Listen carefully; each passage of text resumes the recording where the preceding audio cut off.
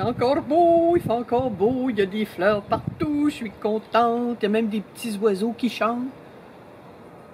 Ils chanteront pas naturellement parce que j'en parle, là. Ça, c'est comme un enfant là, qui dit ses premiers mots, puis là, tu as plein de visites, tu dis « Il parle! » Puis là, tu voudrais qu'il parle, puis il parle pas. Ou ton petit animal de compagnie qui a appris à faire un truc, puis là, il y a de la visite, puis là, il fera pas le truc, là, il va faire tout sauf le truc. Bon, ben c'est ça. Chantez pas! C'est ça, chantez pas! Je l'ai demandé, chantez pas. Bon. Fait qu'aujourd'hui, je fais un savon pour une copine qui s'en va donner des conférences en France. Puis c'est vraiment pour faire le pont entre le Québec et la France. Donc, elle m'a demandé de faire un savon qui ferait penser au Québec. Donc, j'ai pensé à faire un savon que j'ai appelé Québec Love. Et dedans, il y a, bien entendu, du sirop d'érable. Naturellement, le sirop d'érable, ça c'est pour faire joli la petite bouteille puis pour vous montrer la couleur. Parce que chez nous, on prend ça en plus grosse fiole. Là. Ça, c'est pas beaucoup, là. Ça, c'est vraiment très peu de sirop d'érable. Et puis le sirop d'érable, ben, c'est du sucre. Et qu'est-ce que ça fait, le sucre? Ben, ça fait monter la température dans le savon, mais ça aide aussi à faire plus de bulles. Donc, il y a du sirop d'érable. Et je pense que je vais vous mettre ma recette secrète de pudding chômeur. Donc, ça s'appelle un pudding chômeur et non pas un pudding du mendiant, comme mon ami français disait si bien. Le gâteau du mendiant qui appelait ça. Le pudding chômeur, parce que ça a été créé lors de la Grande Dépression par des femmes qui travaillaient dans une usine. Puis peut-être qu'ils ne mettaient pas du sirop d'érable à cette époque-là, ils mettaient peut-être du sucre brun ou quelque chose qui coûtait moins cher. Mais bref, ça devait être un gâteau qui coûtait pas cher à l'époque. Je sais qu'en Europe, le sirop d'érable, c'est pas donné. Mais il n'y a pas beaucoup d'autres ingrédients que du sirop d'érable dans la recette. Bon, ceci étant dit, un autre des ingrédients qu'il y a, c'est de l'huile de caméline. Puis ça, c'est une huile c'est une production qui vient de l'Europe, mais qui a été comme abandonnée un peu. Puis on a une famille ici, juste un peu au sud de où je demeure.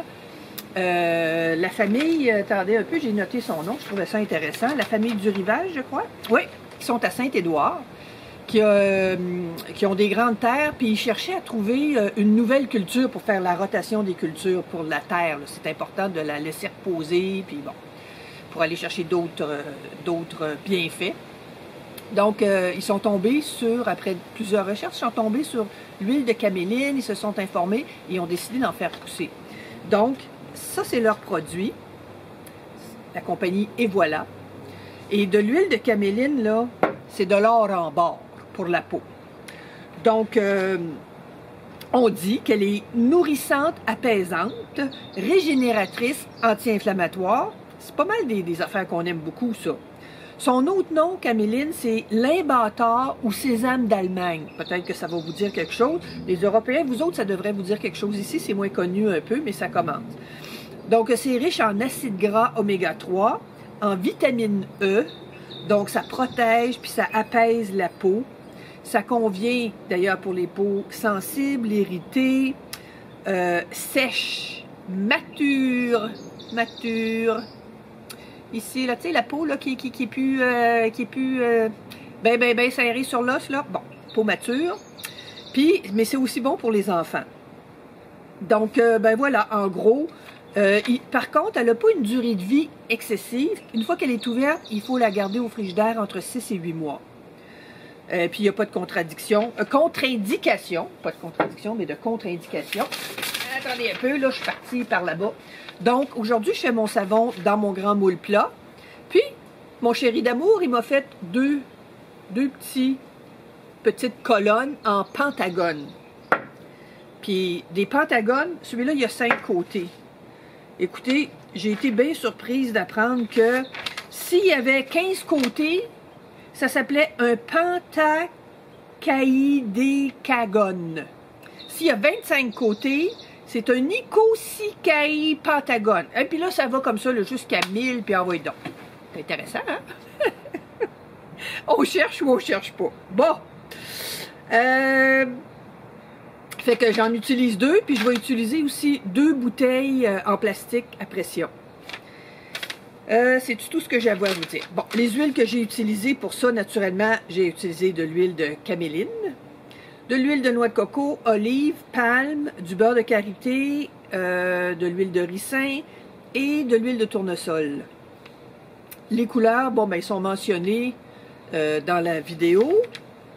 Et puis, la personne qui m'a fait la commande pour ce savon-là adore tabac et feuilles de laurier. Je la comprends, c'est un préféré ici, autant pour les hommes que pour les femmes. Ceci étant dit, on va respirer un peu. Ceci étant dit, on passe en cuisine, puis on s'en va faire le savon. Puis n'oubliez pas de regarder pour ma recette de pudding chômeur. Vous allez voir, j'ajoute un peu de noix de coco à la fin. Ça, c'est vraiment... Ça, c'est moi qui ai amené ça parce que je trouve que ça mène un petit croustillant. Mais la recette originale qui vient du Québec n'a pas de noix de coco parce que ça ne pousse pas ici. Hein? Fait que, à tout de suite. Bye!